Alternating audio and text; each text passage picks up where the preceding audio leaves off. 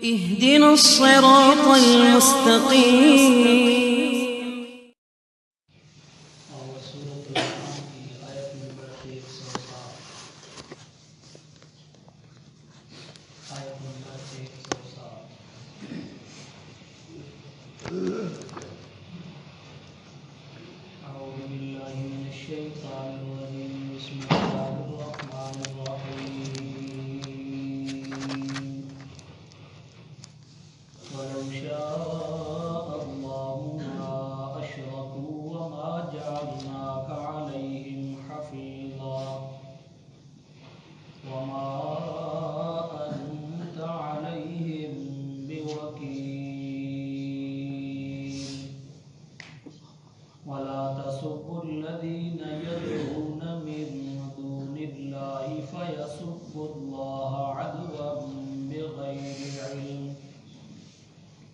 كذلك زينا لكل أمة عملهم ثم إلى ربهم مرجعهم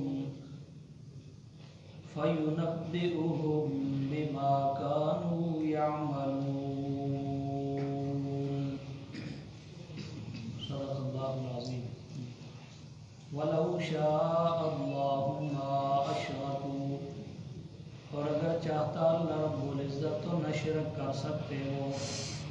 ما جعلناک علیہم حفیظا، اور نہیں بنایا میرے محبوب ہم نے آپ کو ان کے اوپر نگران.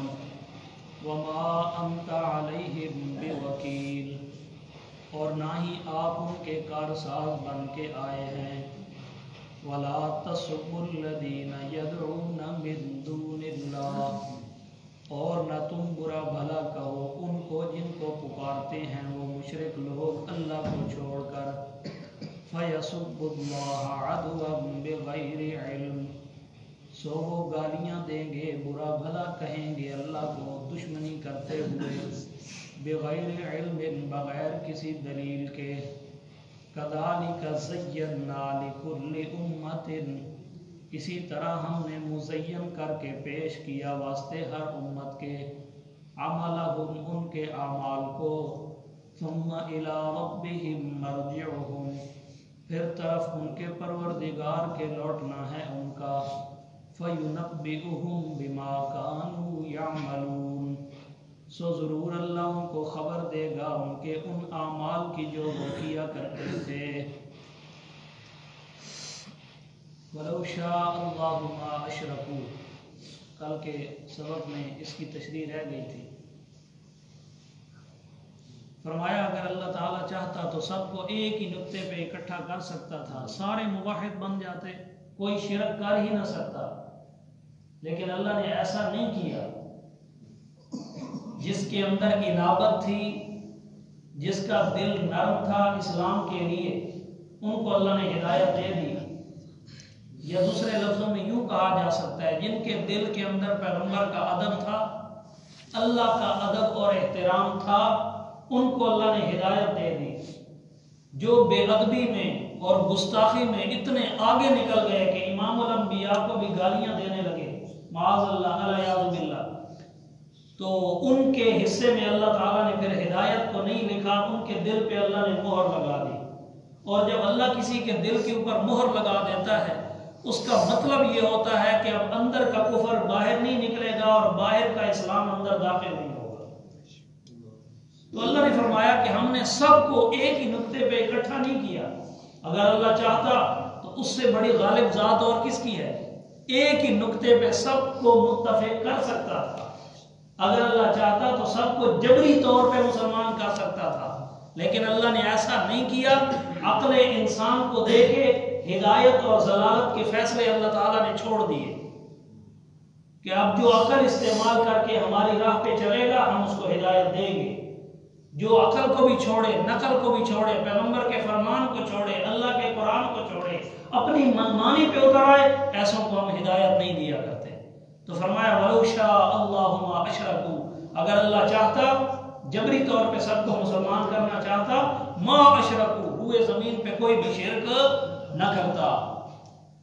وَمَا جَعَلْنَاكَ عَلَيْهِمْ حَفِيظًا، رہی آپ کی بات میرے پیغمبر تو آپ پریشان نہ ہوں اگر وہ مومن نہیں بنتے، اگر وہ اسلام قبول نہیں کرتے تو آپ پریشان، کیونکہ ہم نے آپ کو نگران نہیں بنایا۔ نگران سے پوچھ ہوتی ہے کہ میں نے تجھے فلاں پہ نگران بنایا تھا، تیری قوم ایمان نہیں لائی، حساب دے۔ آپ نگران نہیں بنا کر بھیجے گئے، جب نگران نہیں ہیں تو ان کے ایمان نہ لانے کی وجہ سے آپ سے حساب نہیں لیا جائے گا۔ آپ کے ذمہ تھا پہنچا دینا، آپ کی ذمہ داری تھی کلمہ حق ان تک پہنچا دینا، وہ مانے سو ان کا نفع، نہ مانے تو نقصان ان کا ہے۔ میرے پیغمبر آپ نگران نہیں ہیں کہ آپ کو اس بات کا خدشہ ہو اور خوف ہو آپ کے دل میں کہ میرے سے پوچھا جائے گا، لہذا آپ اس بات کی ٹینشن نہ لیجئے۔ ما جعلناک علیہم حفیظا، ہم نے آپ کو ان کے اوپر نگران نہیں بنایا۔ وما انت علیہم بوکیل، اور نہ ہی آپ کا ساز مطلق ہیں کہ جس کو چاہے ہدایت دے دے، جس کو چاہے گمراہ کر دے۔ آپ کا ساز بھی نہیں ہے، مختار کل بھی نہیں ہے، کیونکہ مختار کل کون ہے؟ صرف ایک اللہ کی ذات ہے۔ اختیارات تو اس کے چلتے ہیں، پوری کائنات کے ذرے ذرے پہ حکومت، سطوت، جی قبضہ، کنٹرول، تسلط صرف ایک اللہ کا چلتا ہے۔ ما انت علیہم بوکیل، آپ کا ساز نہیں ہے، مختار کل نہیں ہے کہ ان کو منوا لیں۔ اگر ہوتے تو اپنے سگے چچا کو تبلیغ کر رہے تھے، منتیں کر رہے تھے، چچا میرے کان میں کلمہ پڑھ لے۔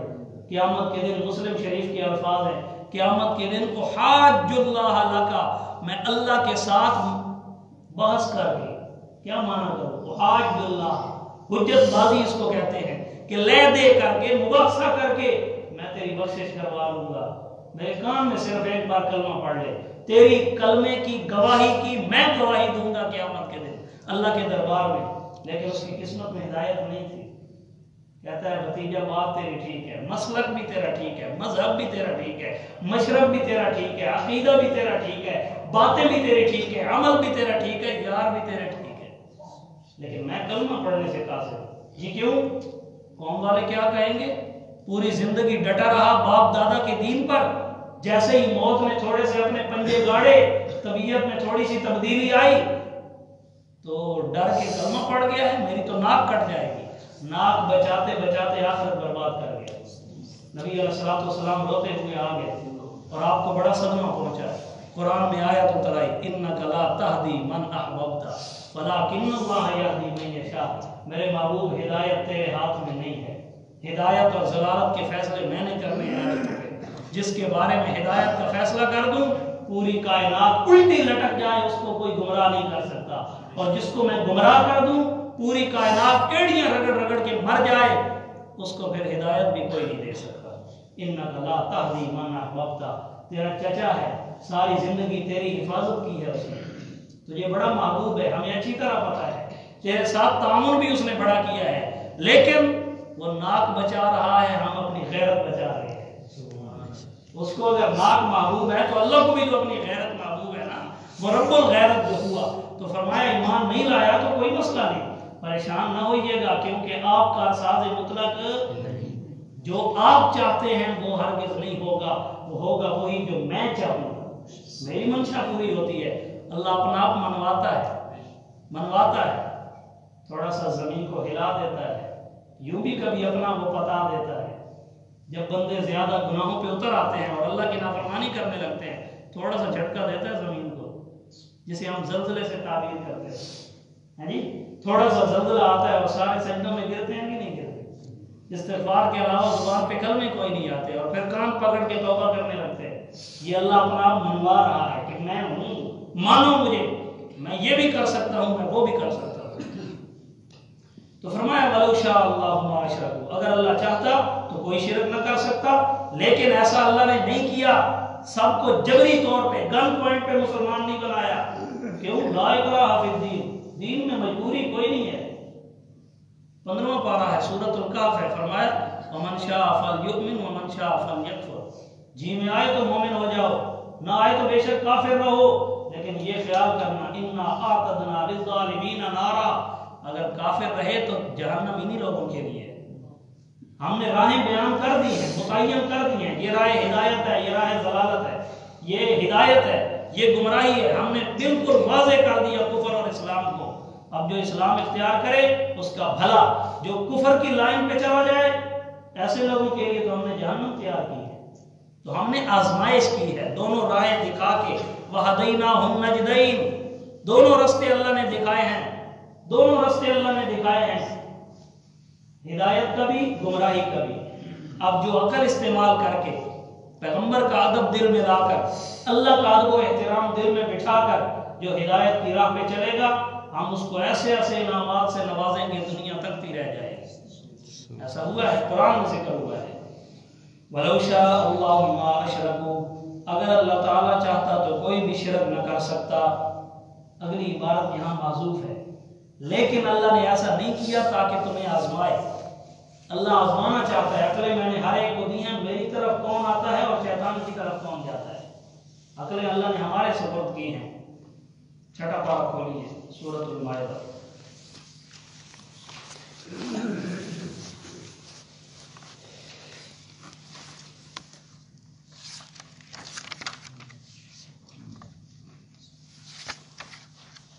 سورۃ المائدہ چھٹا پارہ صفحہ نمبر 117 ہے۔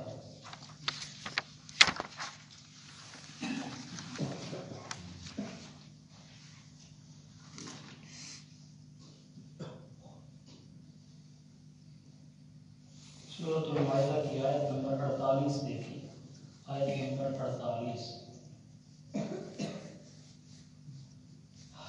وَأَنزَلْنَا إِلَيْكَ الْكِتَابَ بِالْحَقِّ مُصَدِّقًا لِمَا بَيْنَ يَدَيْهِ مِنَ الْكِتَابِ وَمُهَيْمِنًا عَلَيْهِ فَاحْكُم بَيْنَهُم بِمَا أَنزَلَ اللَّهُ وَلَا تَتَّبِعْ أَهْوَاءَهُمْ عَمَّا جَاءَكَ مِنَ الْحَقِّ لِكُلٍّ جَعَلْنَا مِنكُمْ شِرْعَةً وَمِنْهَاجًا وَلَوْ شَاءَ اللَّهُ لَجَعَلَكُمْ أُمَّةً وَاحِدَةً وَلَكِنْ لِيَبْلُوَكُمْ فِيمَا آتَاكُمْ فَاسْتَبِقُوا الْخَيْرَاتِ إِلَى اللَّهِ مَرْجِعُكُمْ جَمِيعًا فَيُنَبِّئُكُمْ بِمَا كُنْتُمْ فِيهِ تَخْتَلِفُونَ۔ وَأَنزَلْنَا إِلَيْكَ الْكِتَابَ بِالْحَقِّ، ہم ہی نے اتارا ہے میرے پیغمبر آپ کے اوپر قرآن کو حق کو ظاہر کرنے کے لیے، مصدقا لما بین یدیہ من الکتاب، یہ کتاب مقدس تصدیق کرنے والی ہے اپنے سے پہلی کتابوں کی، ومہیمنا علیہ، اور ان کے اوپر کنٹرول کرنے والی بھی ہے، فاحکم بینہم بما انزل اللہ، سو تو فیصلے کیا کر لوگوں کے درمیان، بما انزل اللہ، اس کتاب کے ذریعے جو اللہ نے آپ کے اوپر نازل کی ہے۔ فیصلہ کس کتاب کے ذریعے کرنا ہے؟ قرآن کے ذریعے۔ وقت کے پیغمبر کے لیے بھی یہ حکم ہے اور آج کے چیف جسٹس کے لیے بھی یہی حکم ہے، فاحکم بینہم بما انزل اللہ، جو اللہ نے احکامات اتارے ہیں، جو اللہ نے نازل کیا ہے اس کے مطابق فیصلہ کرنا ہوگا، تبھی تمہارے فیصلے درست ہوں گے۔ فاحکم بینہم بما انزل اللہ، سو تو فیصلہ فرمایا کر ان لوگوں کے درمیان، بما انزل اللہ، اس کتاب کے ذریعے جو اللہ نے اتاری، ولا تتبع اہواءہم، ان میں سے کسی کی خواہش کی پیروی نہ کرنا، منع فرما دیا، ولا تتبع اہواءہم، کسی کی خواہش کی پیروی نہ ہو، قرآن کو نافذ کرنا ہے، اس کے بتائے ہوئے دستور کو نافذ کرنا ہے، منشور ہمارا یہی ہے، قرآن دستور ہمارا یہی ہے، اور ضرور ہمارے لیے یہی ہے، ضرورت بھی اسی قرآن کی ہے۔ سبحان اللہ۔ ایک حدیث ذہن میں آ رہی ہے، نبی علیہ الصلوۃ والسلام کا آخری وقت تھا، تو حضرت علی رضی اللہ تعالیٰ عنہ کو آپ نے حکم فرمایا کہ کاغذ اور قلم لے کے آؤ، کچھ لکھوانا چاہتے تھے امام کائنات صلی اللہ علیہ وآلہ وسلم۔ حضرت علی لینے کے لیے گئے، نبی علیہ السلام پہ غشی طاری ہو گئی، موت و حیات کی کشمکش تھے، طبیعت بہت زیادہ ناساز تھی امام کائنات کی، تو وہ آخری چونکہ لمحات تھے زندگی کے، نبی علیہ السلام پہ غشی طاری ہوئی، پھر ہوش نہ آ سکا۔ حضرت علی جب آئے واپس، امام الانبیاء کی طبیعت انتہائی ناساز تھی، حضرت عمر کے پاس گئے اور کہا یار مجھے رسول اللہ صلی اللہ علیہ وسلم نے حکم فرمایا کاغذ اور قلم لے کے آؤ، کچھ لکھوانا چاہتے تھے، میں جب لے کے آیا تو امام الانبیاء کی طبیعت اب سنبھلنے والی نہیں ہے۔ حضرت عمر رو پڑے اور فرمایا حسبنا کتاب اللہ، اللہ کی کتاب اب ہمارے لیے کافی ہے. ہمیں نہیں معلوم کہ اب امام الانبیاء دوبارہ صحت یاب ہوں گے یا نہ ہوں گے. اب اللہ کی کتاب ہی ہمارے لیے دستور العمل کافی ہے. جب رہنمائی کی ضرورت ہوئی اسی کتاب سے لے لیں. یہ ہے دستور، یہ ہے منشور، یہ ہے ضرور. ہر دور میں، ہر کٹہرے میں، ہر عدالت میں، ہر جگہ پہ اسی کو رواج دینا ہوگا. یہ ہمارے لیے ضروری ہے. پیغمبر کو حکم ہوا فاحکم بینہم بما انزل اللہ، جو اللہ نے نازل کیا ہے اس کے ذریعے فیصلہ فرمایا کر میرے محبوب. ولا تتبع اہواءہم، کسی کی خواہش کی پیروی نہیں کرنی. کسی کو استثناء حاصل نہ ہو قرآن کے نفاذ میں. کوئی بڑا ہے، چودھری ہے، ایم این اے ہے، ایم پی ہے، شراب پیتا رہے، اس پہ قانون جاری نہ ہو. اور اگر کوئی غریب غربا بیچارہ ہے جی چھوٹا سا گناہ کر لے تو اس کے اوپر کوہ غم ٹوٹ پڑے اور ہر طرح کی اس کو سرزنش ہو، ہر طرح کی سزا اس کو ملے. اور اگر بڑا کوئی چوری کرے اور بڑا کوئی جتنی مرضی کرپشن کرتا پھرے اس کو پکڑنے والا کوئی نہ ہو. نبی علیہ السلام نے فرمایا اسی وجہ سے بنی اسرائیل پہ عذاب آیا تھا. اذا سرق فیہم الشریف ترکوہ واذا سرق فیہم الضعیف اقاموا علیہ الحد. ان میں سے اگر کوئی بڑے قبیلے کا آدمی چوری کرتا اس کو چھوڑ دیتے. بنی اسرائیل کی عادت تھی، بڑے قبیلے کا کوئی آدمی چوری کرتا، زنا کرتا، اس کو چھوڑ دیتے. اور جب کوئی بیچارہ غریب پکڑا جاتا اس کے اوپر حد جاری ہو جاتی. ایمان سے بتاؤ ہمارے ملک میں یہ حال ہے کہ نہیں ہے؟ ایک بار بس جمہوریت میں داخل ہو جاؤ اور پھر وہاں پہ اپنا جا کے سکہ جما لو، M N A M P A بن جاؤ، اس کے بعد معاذ اللہ الیاذ باللہ ہر گناہ تمہارے لیے حلال ہو جائے. یہ وہ ملک ہے جس کی بنیاد لا الہ الا اللہ تھی اور جس کے آئین میں لکھا ہوا ہے اللہ کی کتاب کے مطابق فیصلے ہوں گے. آپ بھی آئین پڑھتے رہتے ہیں، سب واقف ہو، پڑھے لکھے حضرات بیٹھے ہو. ہاں جی، جس کے آئین میں لکھا ہوا ہے ہمارا دستور کیا ہے؟ قرآن ہے، اس کے مطابق فیصلے ہوں گے. کوئی بتا سکتا ہے کتنے فیصلے اس کے مطابق ہوئے؟ کھلے عام چیلنج ہے، کوئی نہیں بتا سکتا، کیونکہ شروع دن سے غلام تھے اور غلام ہیں. اللہ تعالیٰ محفوظ فرمائے. ولا تتبع اہواءہم، کسی کی خواہش کی پیروی نہ ہو. اما جاءک من الحق، کیونکہ حق پہنچ چکا ہے. حق کے پہنچنے کے بعد خواہش کی کوئی وقعت نہیں ہوتی، پھر حق کو ہی نافذ ہونا ہوتا ہے. حق پہنچ جائے اور پھر خواہشات پہ عمل ہوتے رہیں، نا نا نا نا. حق جو ہے اس کے مطابق فیصلہ ہوگا. آگے فرمایا لِكُلٍّ جَعَلْنَا مِنْكُمْ شِرْعَةً وَمِنْهَاجًا، تم میں سے ہر ایک کے لیے اللہ نے ڈگر متعین کر دی ہے، رستہ متعین کر دیا ہے. ایک شریعت اللہ نے بنا دی ہے، منہاج رستہ ایک اللہ تعالیٰ نے بنا دیا ہے. لِكُلٍّ جَعَلْنَا مِنْكُمْ شِرْعَةً وَمِنْهَاجًا. آگے وہی ہمارے مضمون کی آیت ہے، اصل دکھانا یہ مقصود تھا. فرمایا وَلَوْ شَاءَ اللَّهُ لَجَعَلَكُمْ أُمَّةً وَاحِدَةً، اگر اللہ چاہتا تو تم سب کو ایک ہی امت بنا دیتا.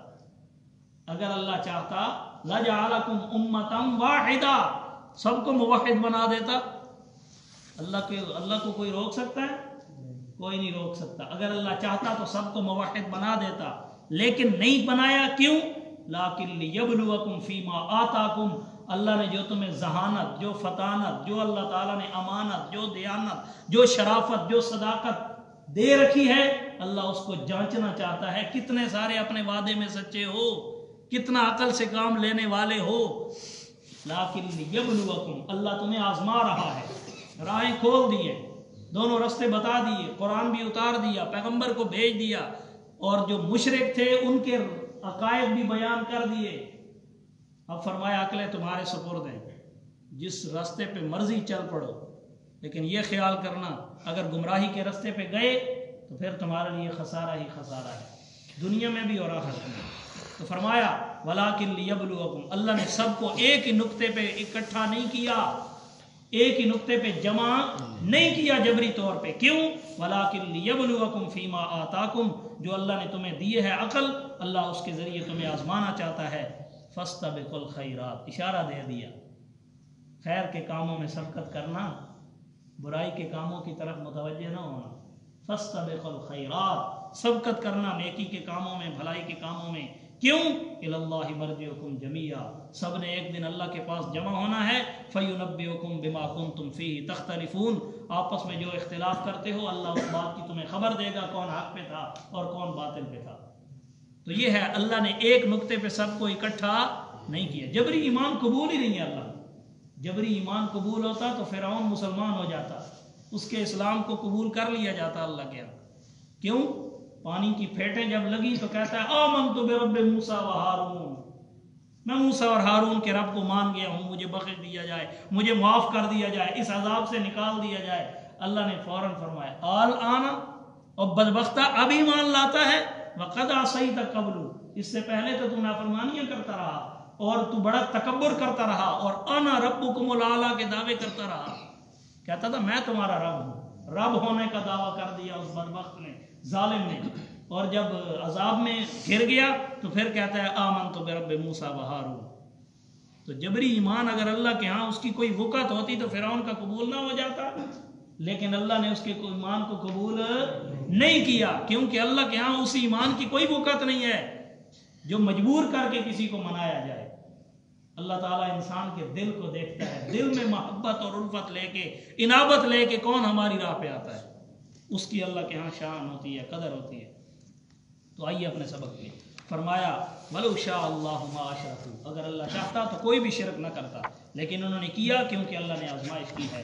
وَمَا جَعَلْنَاكَ عَلَيْهِمْ حَفِيظًا, بہت سے حوالے اس پہ ہیں ذہن میں لیکن وقت اجازت نہیں دیتا. وَمَا جَعَلْنَاكَ عَلَيْهِمْ حَفِيظًا, اور میرے پیغمبر ہم نے آپ کو ان کے اوپر نگران بھی نہیں بنایا. نگران سے باز پرس ہوتی ہے, استاد اگر کلاس سے غائب ہو, کسی کو مانیٹر متعین کر کے جائے کہ تو نے کلاس والوں کو پڑھانا ہے, واپس آئے کلاس شرارت کر رہی ہو, تو استاد کس سے پوچھتا ہے؟ جس کی ڈیوٹی لگا کے گیا تھا, جس کو نگران بنا کے گیا تھا. ارے بابا تو نے ان کو نصیحت نہیں کی, ان کو ڈرایا نہیں, ان کو پڑھایا نہیں, تو سرزنش ہوتی ہے مانیٹر سے اور جو ان کے اوپر نگران مقرر ہوتا ہے اس سے. اللہ نے فرمایا میرے پیغمبر میں نے نگران تجھے نہیں بنایا, اگر تو نگران ہوتا تو پھر تجھے یہ خوف ہوتا کہ میرے سے پوچھ ہوگی. ہم نے تجھے نگران نہیں بنایا, ہم نے تجھے صاحب قرآن بنایا ہے, ہم نے تجھے پیغمبر بنایا ہے. تو پیغمبر نگران نہیں ہوتا. پیغمبر کا معنی یہ ہے, فارسی کا لفظ ہے پیغمبر, معنی یہ ہے پیغام رساں, جو اللہ کی طرف سے پیغام لے کے آنے والا ہے. قاصد ہوتا ہے اللہ کا نبی, اللہ کا قاصد ہوتا ہے. تو اللہ نے اس کے ذریعے امت کو پیغام پہنچایا. اب جو مانے اس کا بھلا, جو نہ مانے اسی کا نقصان ہے. وما جعلناک علیہم حفیظا, ہم نے آپ کو ان کے اوپر نگران نہیں بنایا. وما انت علیہم بوکیل, اور نہ ہی آپ کے قبضے میں اختیار ہے کہ آپ زبردستی کسی کو منوا لیں. ایمان کا تعلق دل سے ہوتا ہے, جو دل سے مانے گا تو وہ اللہ کے ہاں اس کا ایمان قبول ہے. ولا تسبوا الذين يدعون من دون الله فيسبوا الله عدوا بغير علم, نہ تم برا بھلا کہو ان کو جن کو مشرک پکارتے ہیں اللہ کو چھوڑ کے. مشہور محاورہ ہے ہمارے ہاں بھی, کسی کے جھوٹے خدا کو برا نہ کہو ورنہ وہ تمہارے سچے خدا کو برا کہے گا, ہے کہ نہیں ہے؟ کسی کا جھوٹا معبود ہے تو اس کو بھی برا بھلا کہنے کی اجازت, زبان پہ کنٹرول ہو. کسی کی توہین کرنے کی اسلام اجازت نہیں دیتا. البتہ مسئلہ توحید کھول کے بیان کرو, لیکن ان کے معبودان باطلہ کو گالیاں دینے کی قرآن نے اجازت نہیں دی. اصل میں نبی علیہ السلام کے پاس مشرکین نے ایک وفد بھیجا. جب ابو طالب کی وفات کا وقت قریب تھا کہ اس کی شمع حیات بجھ جائے اور اس کی زندگی کی ساری آس امید ٹوٹ جائے, تو مشرکین نے میٹنگ کر کے, مشورہ کر کے ابو طالب کے پاس پیغام بھیجا کہ تم مرنے کے قریب ہے اور تیرا بھتیجا ہمارے معبودوں کی پھینٹی لگاتا ہے, جی ایسی کی تیسی کرتا ہے, ان کو کچھ نہیں سمجھتا, لہٰذا تو جاتے جاتے اس کو نصیحت کر جا کہ ہمارے ان خداؤں کو برا بھلا کہنا چھوڑ دے. یعنی مطلب یہ تھا کہ مسئلہ توحید بیان کرنا چھوڑ دے, اس دعوت کلمے کی دعوت سے تو باز آ جا. کیونکہ ابو طالب کے بڑے احسان تھے نبی علیہ السلام پر, ہر موقع پہ اس نے ساتھ دیا. بڑے بڑے لوگوں نے مشورے کیے تھے کہ اس کو ختم کر دو, قتل کر دو, اس کو ضلع بدر کر دو, ملک بدر کر دو, یعنی بڑے بڑے مشورے کیے تھے انہوں نے. آگے ان کے اگر رکاوٹ بنا تھا تو یہ ابو طالب تھا. اس کے بڑے احسان تھے امام الانبیاء صلی اللہ علیہ وآلہ وسلم پر. تو انہوں نے یہ سوچا کہ شاید اس کی بات, چچے کی بات مان لے اور یہ کلمے کی دعوت سے باز آ جائے. تو انہوں نے کہا کہ ابو طالب تو اس کو کہہ کہ اس کلمے کی دعوت چھوڑ دے. اگر تو کلمے کی دعوت نہیں چھوڑے گا تو پھر جس خدا کی تو عبادت کرتا ہے ہم اس کو گالیاں دیں گے، ہم اس کی توہین کریں گے، ہم اس کی گستاخی پہ اتر آئیں گے، تو ہمارے معبودان باطلہ کو برا بھلا کہنا چھوڑ دے۔ اس پہ اللہ تعالیٰ نے یہ آیت نازل کر دی۔ لیکن آگے مسئلہ کیا تھا؟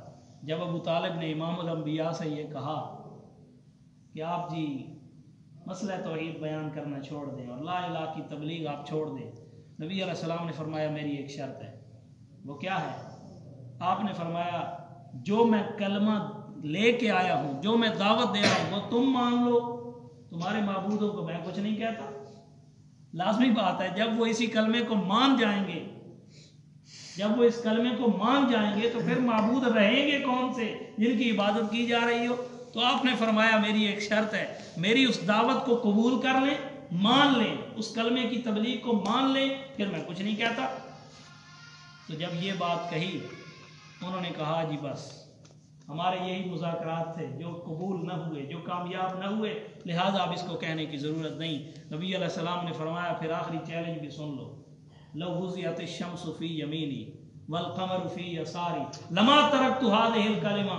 نبی علیہ السلام نے فرمایا جو تم پیشکش کر رہے ہو یہ تو بڑی ممکن چیزیں ہیں، آسمان کا سورج لا کے تم میرے دائیں ہاتھ پہ رکھ دو اور چاند کو لا کے بائیں ہاتھ پہ سجا دو، ہے ناممکن کام، لیکن اگر پھر بھی تم یہ بھی کر گزرو میں اس کلمے کی دعوت کو پھر بھی چھوڑنے کے لیے تیار نہیں۔ سبحان اللہ، اس دعوت کو میں نہیں چھوڑ سکتا، یا تو میں دعوت دیتے دیتے اللہ کی راہ میں شہید ہو جاؤں گا یا پھر اس کلمے کو نافذ کر کے رہوں گا، لہٰذا میں دعوت سے باز آنے والا نہیں ہوں۔ تو اللہ تعالیٰ نے یہ آیت نازل کی کسی کے جھوٹے معبودان باطلہ جو ہیں ان کو برا بھلا نہ کہو، ہاں اپنے مسلک کا پرچار کرو۔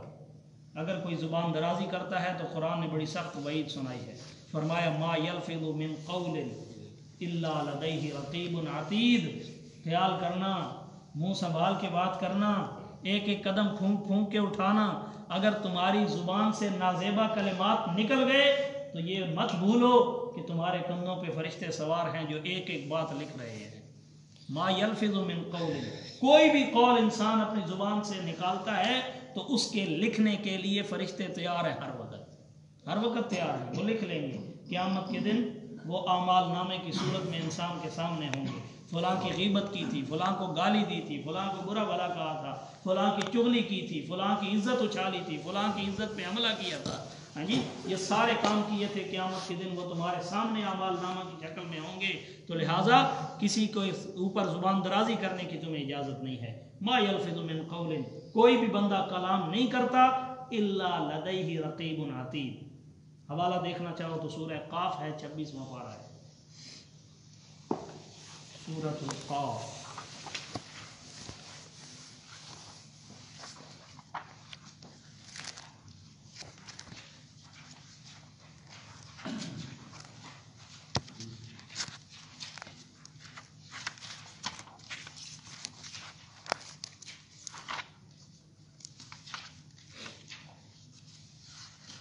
صفحہ 560 ہے، سورۃ القاف کی آیت نمبر 18، صفحہ یہ 520 ہے، 520 صفحہ۔